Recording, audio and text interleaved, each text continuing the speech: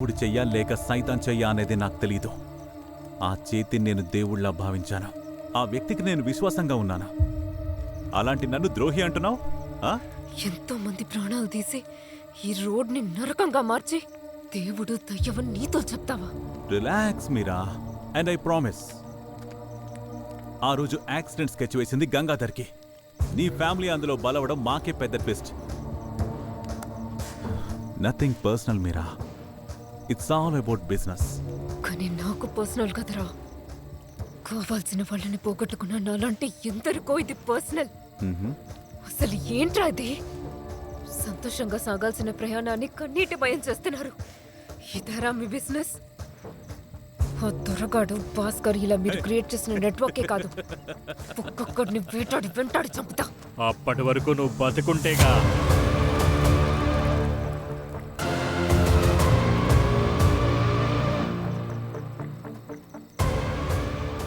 మీరా, నువ్వు కనిపెట్టింది ఒక భాస్కర్ని, ఒక దొరని. ఇలాంటి భాస్కర్లు, దొరలు వందలు వేల సంఖ్యలో ఉన్నారు. 10 ఏళ్ల పాటు కష్టపడి ఏర్పరచుకున్న సామ్రాజ్యం ఇది. మేధావులకు మాత్రమే ఇది అర్థమవుతుంది. దీన్ని నాశనం చేయాలంటే నీకు ఈ జన్మ సరిపోదు. నీ వల్ల అయితే పునర్జన్మెత్తిరా, చూసుకుందాం.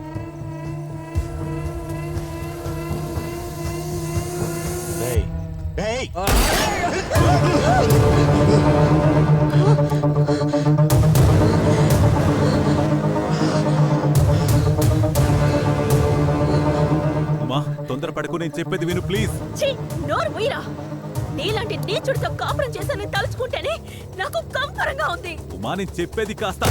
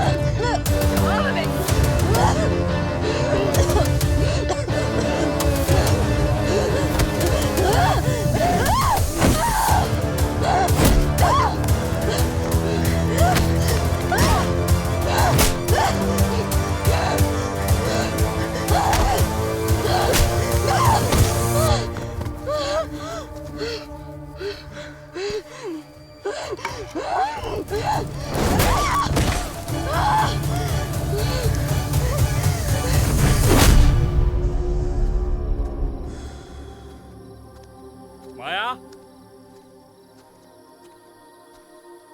రే మాయా, తాతయ్య,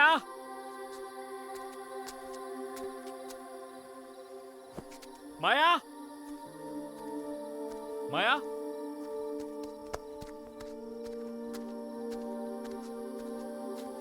మాయా,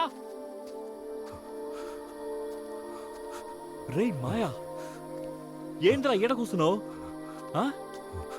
అప్పుడు వాళ్ళు ఎవరైనా వచ్చినారా? మరి ఇంకేంద్రా, ఎందుకు ఎడకొచ్చి కూర్చున్నావు? నేను ఒక పెద్ద తప్పు చేశానురా, నిన్ను క్షమించరా. ఏం తప్పు చేసావురా?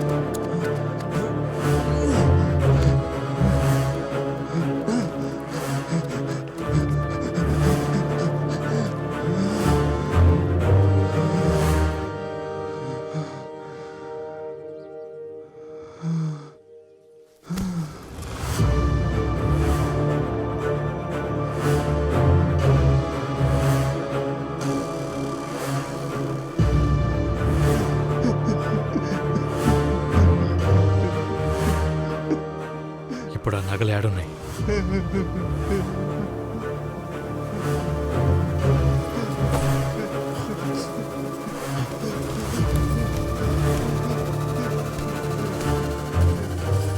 తలుచుకుంటే నా మీద నాకే అసహ్యం వేస్తుందిరా. నేను ఇలాంటి పని చేశానంటే నమ్మలేకపోతున్నాను. డబ్బు పిచ్చి పట్టిన ఈ మనిషిని మధ్య బతకడం నాకు చేత కావట్లేదురా. చావు తప్ప మరో మార్గం కనిపించలేదు. చచ్చిపోదామని వెళ్ళాను, కానీ ఇలా జరిగింది. నువ్వెందుకు రా సావాలి? ఇక మీదటే నువ్వు బతకాలి. నువ్వు చేసింది తప్పు కాదు మాయా, ఇదే కరెక్ట్. నువ్వు మొట్టమొదటిసారి ఇప్పుడే మంచి పని చేసినావు.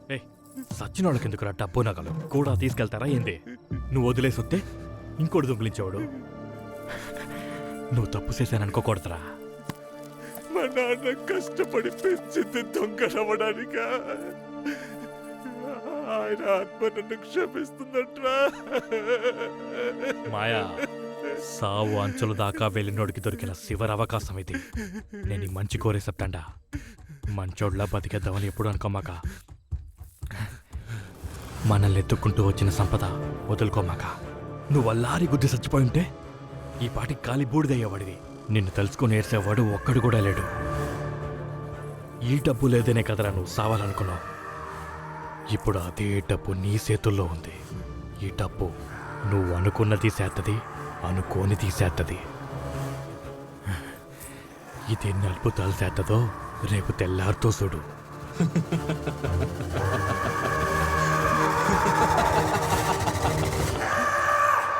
అసలు ఇచ్చేస్తావా? వడ్డీ ఎవర్రా ఇస్తారో? చచ్చిపోయిన మీ నాయన వచ్చి ఇస్తాడా? వడ్డీ వదులుకోవాలనా? దుడ్డేమన్నా సెట్ల కాస్తుందా లేక రోడ్డు మీద దొరుకుద్దా? సరే, వడ్డీతో సహా సెటిల్ చేద్దాం, కానీ ఒక కండిషను. ఏం కండిషన్ అబ్బే? ఆ రోజు మా నాన్న మీ అందరి కాళ్ల మీద పడి క్షమాపణ అడిగారు కదా, దానికేం చేయబోతున్నారు? దానికంటే ఇప్పుడు మీ నాన్న డబ్బు కోసం వచ్చాడు, కాళ్ళ మీద పడ్డాడు. ఇప్పుడు మాయ కాళ్ళ మీద పడి వాడిచ్చిన డబ్బు తీసుకెళ్ళండి. కాళ్ళ మీద పడితే చాలనా ఇంకేదైనా చేయాలనా? ఏందయ్యా మీరు పెద్ద మనుషులతో ఇట్టగైనా మాట్లాడేది? నేను నిజంగానే చెప్తున్నాను, రెండింతలు ఇస్తాను. రెండింతలు వడ్డీ ఇస్తే సిగ్గు లేకుండా కాళ్ళ మీద పడిపోతావా? ఆ మలుపు దగ్గర పెట్టాను, ఓకే కదా? మన మదురైలో మొత్తం ఎన్ని నగల షాప్స్ ఉన్నాయరా? అవి శానా ఉండయి. సందు సందుకే ఓ నగలంగడి ఉంటది. నడువు దగ్గర నగలు దాచి తెచ్చే చిన్న వ్యాపారి నుంచి కార్లో మూటలు తెచ్చే పెద్ద వ్యాపారి వరకు మొత్తం బ్లాక్. లెక్కలోకి వచ్చేది 25%. మిగతా 75% బంగారం అన్న అకౌంటెడ్.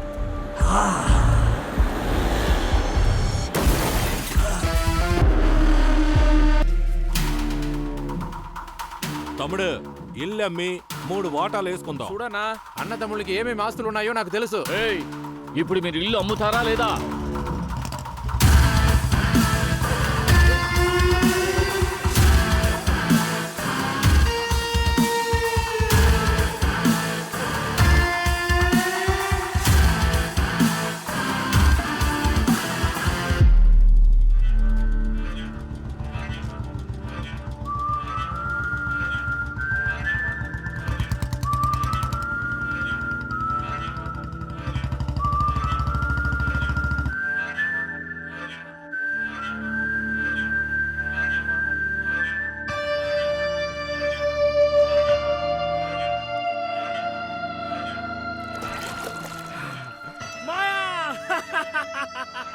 నెక్స్ట్ లెవెల్కి వెళ్ళాల్సిన టైం వచ్చేసింది.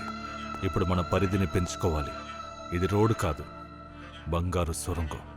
మన ఇద్దరం దొంగతనాలు చేస్తే సరిపోదు, ఒక గ్యాంగ్ని రెడీ చేయాలి. మన కోసం ఒక గ్యాంగ్. ఎవరికి పని చేస్తున్నాం, ఎవరెవరు కలిసి పని చేస్తున్నారు, ఎందుకు పని చేస్తున్నాం, ఇలాంటి ప్రశ్నలకి సమాధానాలు ఆ గ్యాంగ్లో ఉన్న ఎవరికీ తెలియకూడదు. మన నెట్వర్క్లో 2 రకాల వ్యక్తులుంటారు. నంబర్ 1, యాక్సిడెంట్కి కావాల్సిన ఇన్ఫర్మేషన్ ఇచ్చేవాళ్ళు, మనీ ఫర్ ఇన్ఫర్మేషన్. నంబర్ 2, ఆ ఇన్ఫర్మేషన్స్ని ప్రాసెస్ చేసి యాక్సిడెంట్స్ని